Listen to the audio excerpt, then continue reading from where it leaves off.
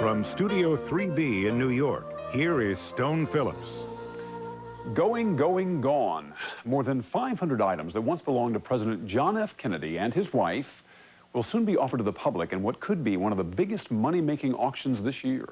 We're talking about some of the Kennedys' most personal treasures on the block. How much will they go for? What price would you put on a piece of Kennedy memorabilia? Sarah James has an exclusive sneak preview. Ask not what your country can do for you.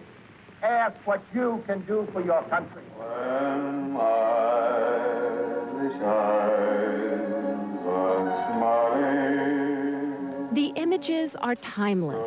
The young, inspiring president, the breathtaking first lady, the children we couldn't get enough of, an endless fascination with a first family we loved as our own. Almost 35 years have passed since the fairy tale came to a tragic end. But it wasn't until Jacqueline Kennedy Onassis died and left instructions for her children to auction off what they didn't want that we found out our pockets are as deep as our hearts. Sold $2,350,000. The prices at Jackie's sale, held at the prestigious Sotheby's auction house in New York in April of 1996, were staggering, driven up by nostalgia and a feeding frenzy mentality. Almost $49,000 for a silver tape measure inscribed with Jackie's initials, $211,000 for Jackie's fake pearl necklace, $387,000 for JFK's golf clubs, and more than $1 million for the antique table that the nuclear test ban treaty was signed on. $1,300,000 sold. Outrageous amounts for anything once owned by Jack and Jackie. When the four-day event was over, more than $34 million had been spent. And little did we know, this sale would not be the last. If I had 10 items in that auction, I could probably retire. Perhaps no one watched the 1996 auction with more interest than this man. His name is Robert White, and he owns one of the largest collections of Kennedy memorabilia in the world. He showed it to Dateline in August 1996. You mean to tell me these items are not for sale? Absolutely not for sale. Not for sale at any price? No. He says his collection contains more than 100,000 pieces, some of which belong to the former president and first lady, a treasure trove he keeps in his mother's basement. Things like a writing table that sat next to the president's desk in the Oval Office, prescribed for him by a doctor to alleviate back pain. A humidor inscribed with the president's name that still contains the president's cigars, and even the president's briefcase. So what does it feel like to own this? I mean, you know, this was his. You're not a Kennedy. You don't know the family, and yet you're in possession of this. Well, I'm preserving it. I'm showing people. I think it would, the only other place I could see it being would be in the Kennedy Library on display to the public. White has been a collector of presidential memorabilia for more than 40 years. He started with Lincoln collectibles, but after the assassination in 1963, his fascination turned to JFK. Some of his most important pieces came from someone very close to the president, who became a friend of White's, Kennedy's secretary, Evelyn Lincoln. She was a caring, loving person. By all accounts, Evelyn Lincoln was devoted to the president and his family. She's known to have saved everything, with an eye towards the future and a possible presidential memoir, even some scraps rescued from the Oval Office trash, like doodles, notes, and speeches. When Jackie Kennedy was moving out of the White House, it was Evelyn Lincoln who helped her. Mrs. Lincoln was extremely close to Jackie and helped Jackie dispose of a lot of things. Robert White had first written to Evelyn Lincoln in the glory days of Camelot, asking for a memento from the White House. He kept in touch after the president's death. White met Lincoln during the 1970s, and the friendship flourished. She thought that Robert White was a very nice fellow who was always welcome at their dinner table. Frank McGuire, a reporter during the Kennedy administration, later wrote a book with Evelyn Lincoln. They were close friends, and he also got to know Robert White. When he said he was going to put together a museum for the president, I think she accepted that the way the rest of us did. When Evelyn Lincoln died in 1995, part of her collection went to the Kennedy Library, but many of her treasures went to White. They were passed on to me to carry on the name of President Kennedy. Out of all the collection, 100,000 items, what is the one thing that above all others you wouldn't trade, you wouldn't part with, you wouldn't sell?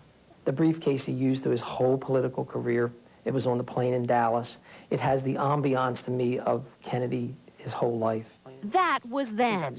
A year and a half later, that briefcase is among 200 items in Robert White's collection headed for the auction block. We had seen him on Dateline and heard him say that I would not sell things from my collection. And in a way, that's almost fighting words. Arlen Ettinger, president of Guernsey's auction house in New York, organized this second Kennedy sale set for March. I have dealt with thousands and thousands of collectors, and I've never met one that at one point or another in their lives didn't sell. I mean, at least portions. That's part of what it's all about. He says the auction will feature more than 500 personal belongings of the former president and first lady.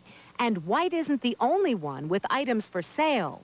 Some 20 other people are selling their Kennedy collectibles, too, such as an original bust of John Kennedy, one of 3 ever made, 2 rocking chairs from the president's suite at New York's Carlisle Hotel, a similar rocker from Jackie's apartment sold last year for $453,000, John Kennedy's first sailboat called Flash 2, the Cartier watch Jackie Kennedy gave to her husband as a wedding gift, which he was wearing the day he died, the flags that sat behind the president in the Oval Office, and even the president's long johns.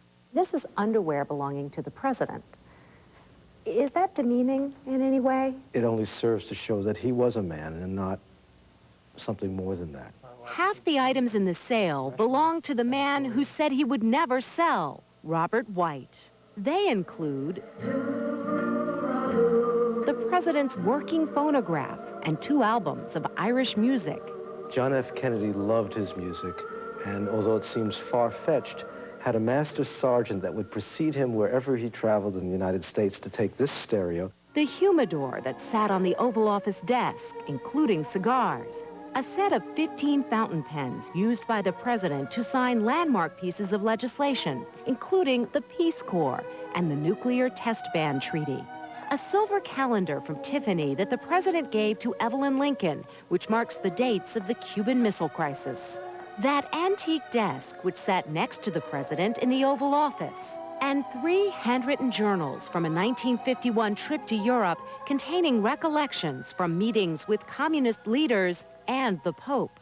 How significant are these particular journals in terms of their value? In a world where one treasures a simple autograph by the president, and the going price, from what I'm told, is about $2,000 for such an autograph, these are 330 long handwritten pages that contain just priceless information. Robert White wouldn't agree to an on-camera interview to tell us why he changed his mind and decided to sell part of his collection.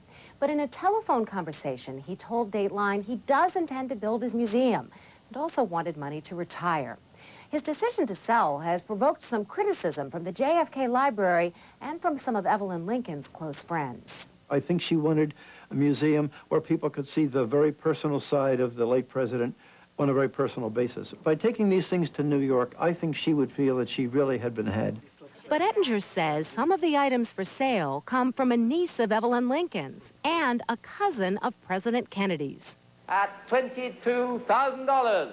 But like the auction of Diana's dresses and Jackie's jewels, he says it's impossible to know what the items are worth until the bidding begins in March. Are you hoping that very same thing happens? Sure, what auctioneer wouldn't? I'd be a liar if I told you no. More information on the auction at Guernsey's will be available on our website at www.dateline.msnbc.com. Coming up next.